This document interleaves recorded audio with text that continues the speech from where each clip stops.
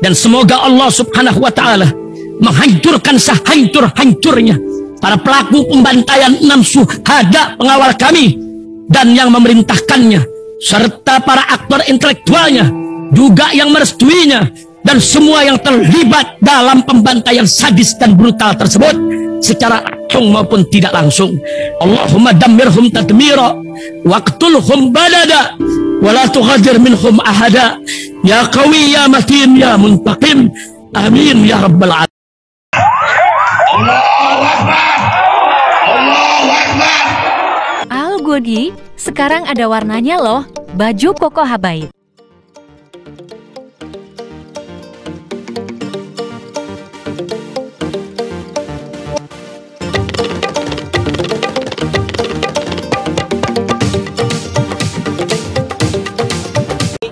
Kami tim hukum nasional Amin melaporkan semua kegiatan-kegiatan tim hukum nasional Amin, baik itu yang di pusat maupun di daerah, kepada presiden kami dan wakil presiden kami. Karena kami menemukan banyak sekali fakta-fakta kecurangan yang telah kami verifikasi. Dan laporan ini sudah kami follow upin, laporan-laporan ini sudah masuk ke Bawaslu dan siap akan berlanjut sampai titik darah penghabisan. Ya. Kami akan melaporkan ini sesuai dengan prosedur hukum yang ada. Selanjutnya kami persilakan kepada Pak Anies dan Pak Muhaimin untuk menyampaikan. Serius, oke. Terima kasih kepada tim hukum nasional, Pak Ari dan seluruh jajaran, terutama tim hukum daerah yang telah terus mengumpulkan fakta, data, potensi bagi persiapan terwujudnya pemilu yang jujur, adil. Dan insya Allah kami akan siap dengan seluruh proses yang berikutnya, di mana THN akan menyiapkan berbagai langkah-langkah hukum untuk memberikan kepastian bahwa pasangan Amin adalah pasangan yang memiliki kesiapan untuk masuk di putaran kedua. Amin. Ya, teman-teman sekalian, kami ingin garis bawahi. Kurang keras.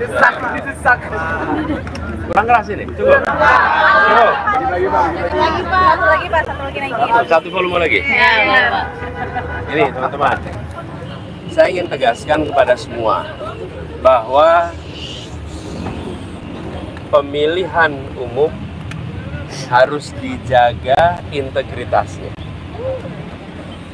Pilarnya demokrasi adalah kepercayaan.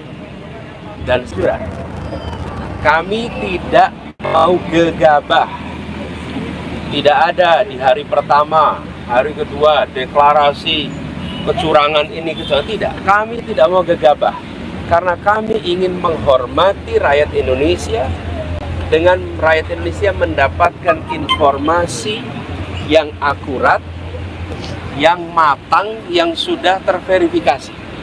Itulah sebabnya kenapa tim hukum bekerja lengkap, dan kami bersyukur tim hukum ini sampai dengan daerah itu komplit di seluruh provinsi, mengumpulkan semua data. Dan kami tidak akan menyampaikan informasi yang sekedar menimbulkan kontroversi, tapi kami ingin sampaikan kepada semua. Dari temuan sementara, kami menemukan problem yang terbesar bukan di TPS, tapi problem terbesar yang ditemukan adalah kegiatan-kegiatan pra-TPS. Kegiatan-kegiatan yang membuat aktivitas di TPS itu dipengaruhi dan tidak mencerminkan aspirasi rakyat yang semula ada. Ini temuan yang paling mendasar, pra-TPS. Nah, pra-TPS ini banyak aktivitasnya, nanti detail akan ada. Ini yang sangat mengkhawatirkan. Jadi, kualitas dari hasil pemilu yang sesungguhnya harus mencerminkan aspirasi rakyat. Di dalam temuan kami sebagian bukan aspirasi rakyat, sebagian adalah aspirasi yang dipaksakan kepada rakyat. Dan proses itu tidak terjadi kebanyakan di TPS atau sesudah TPS, tapi terjadinya sebelum sampai ke TPS. Sebagai sebuah praktek ketidakjujuran, ini adalah peningkatan kualitasnya dibandingkan yang dulu-dulu. Dan ini yang bisa mengganggu demokrasi kita. Jadi saya ingin mengajak kepada seluruh rakyat Indonesia, apapun pilihan pilpres saudara-saudara sekalian, boleh memilih nomor 1, boleh memilih nomor 2, boleh memilih nomor 3, tapi harus sama-sama memilih pilpres yang jujur. Apapun pilihannya, mau pilih 1, 2, 3, harus sama-sama kita pilih yang jujur. Dan keberhasilan karena kejujuran akan menghasilkan kekuatan moral yang kuat. Tapi kalau keberhasilan yang tidak ditopang dengan kejujuran, apalagi dengan pelanggaran-pelanggaran, dia akan menghasilkan cacat moral yang berdampak besar. Saya ingin ingatkan pada semua, pelanggaran-pelanggaran seperti ini bisa terjadi di bidang-bidang yang lain. Kalau pelanggaran di bidang pemilu dibiarkan, sebentar lagi akan terjadi di tempat lain. Di kompetisi bisnis kita akan menemukan ketidakjujuran. Di dalam praktek-praktek perubahan peraturan kita akan menemukan ketidakjujuran. Jadi penularan akan terjadi bila peristiwa di sini dibiarkan. Karena itu pada siang hari ini ketika kami berkumpul bersama di sini, kita mendengarkan.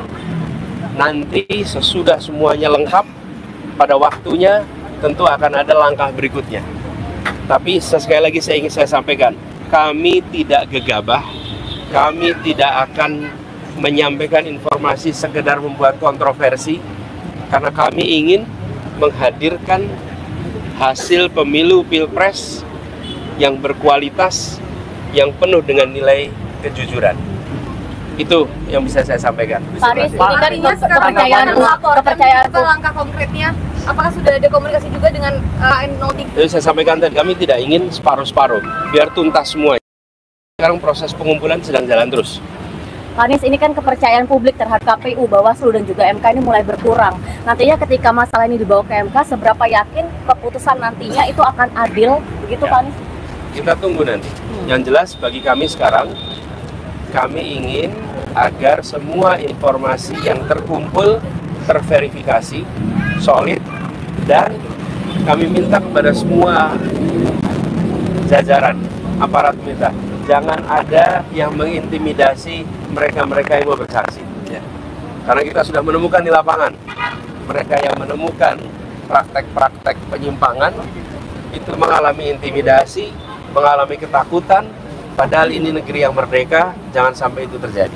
Masalah Simin dan Pak Anies ini kan salah satunya, mungkin kalau misalkan pra TPS, apakah terkait pelanggaran yang dilakukan tapi tidak ditindaklanjuti oleh Bawaslu, dan mungkin kalau misalkan dari Parpol sendiri, Gus, dari PKB, akankah mendorong untuk melakukan hak angket di DPR untuk pemanggilan ke KPU Bawaslu, itu seperti apa sih Gus? Karena Pak Ganjar juga mendorong untuk hak angket, kecurangan dibawa ke hak angket DPR.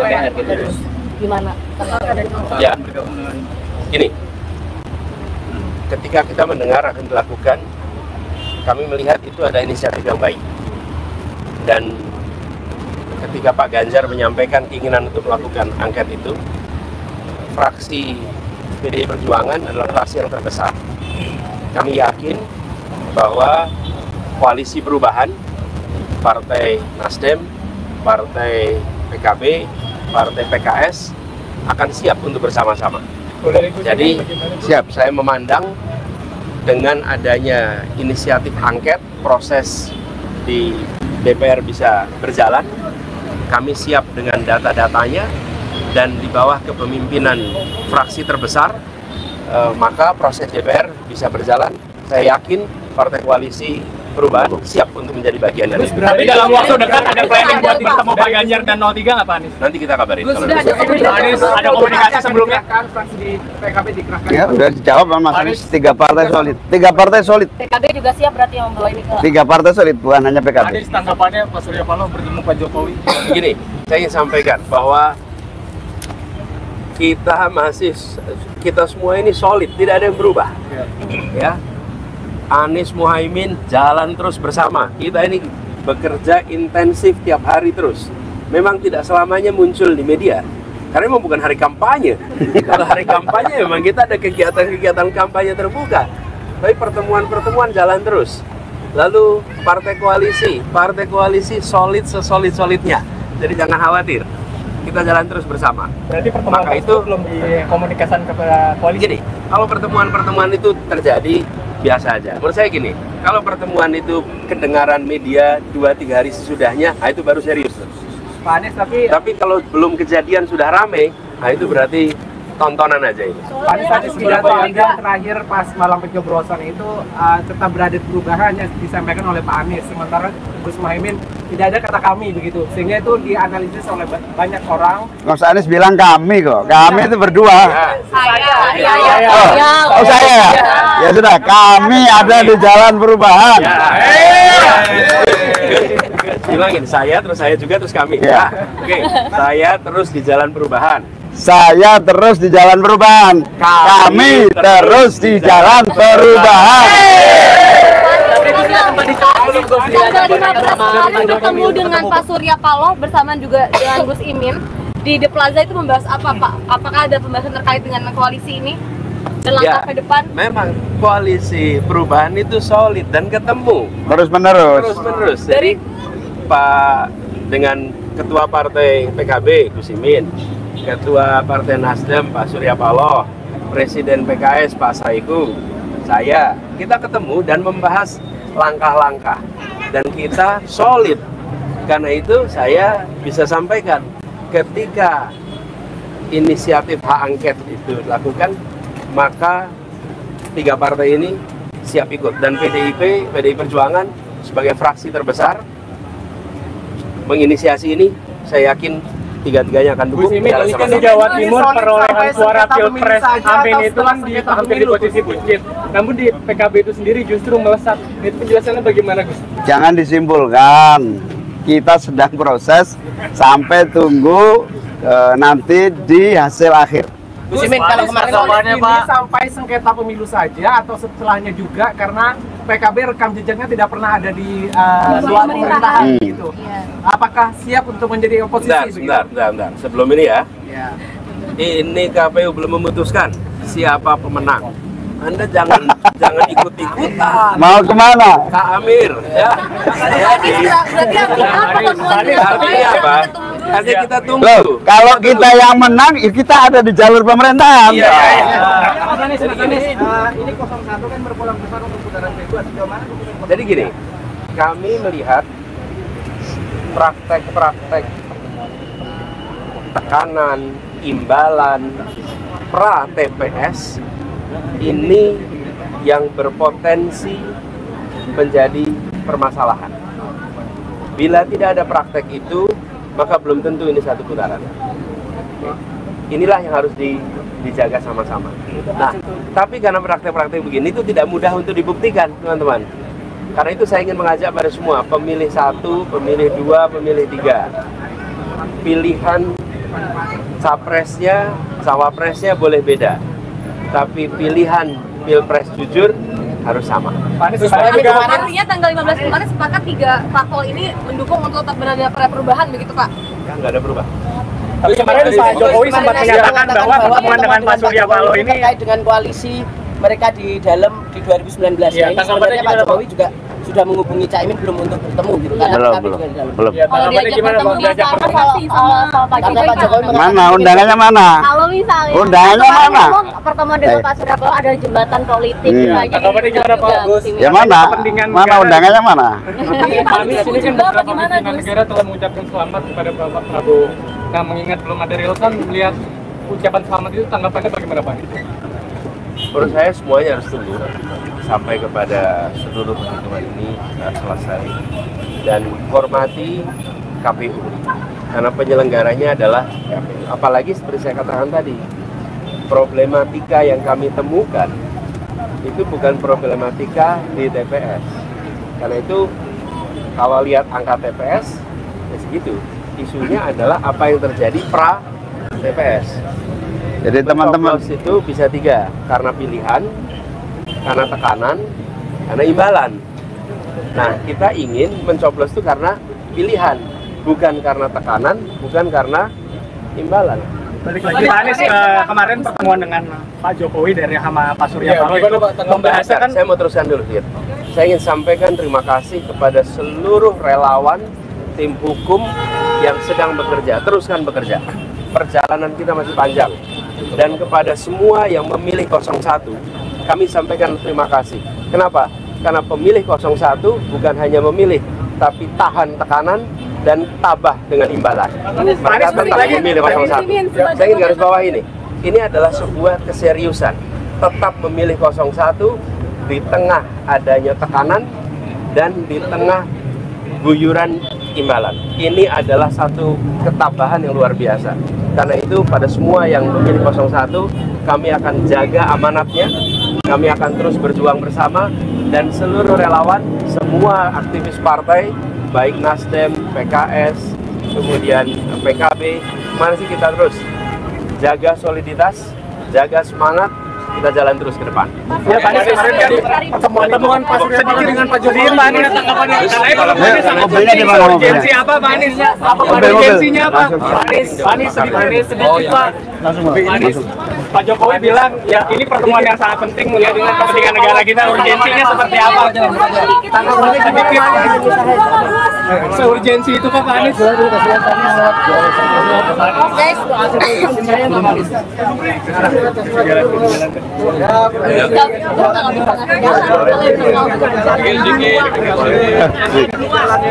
Kasih banyak, Gus. Gus, ikut mobil aja. Ayo, mana mobilnya? Atau mobil saya? Pak Anies, Pak. Kalau Pak, di mobil kita. Siapa, Pak? Langsung ke Kebayoran. Hasil duit kan. Hari, ketemu ya?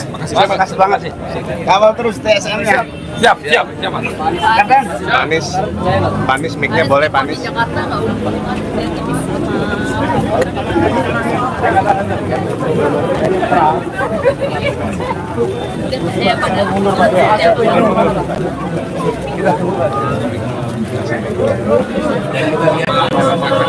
Iya, di Rominya ya.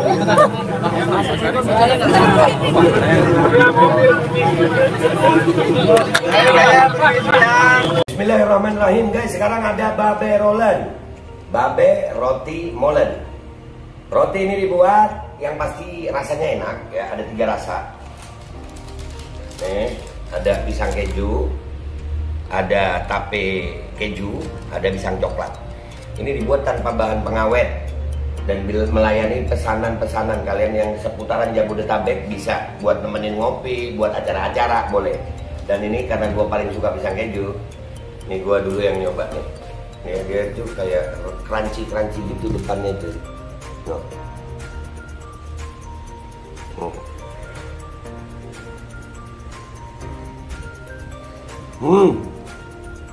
Tahu kerannya di depan nih, terus di dalamnya empuk. Ya Allah. Udah nggak usah lama-lama, lu kalau kepingin langsung pesen aja, itu ada nomor WA-nya, nanti gua kalau cantumin, ada juga IG-nya, langsung pesen, murah. Cuman nanti dia tanya itu 35.000 kalau nggak salah, ya.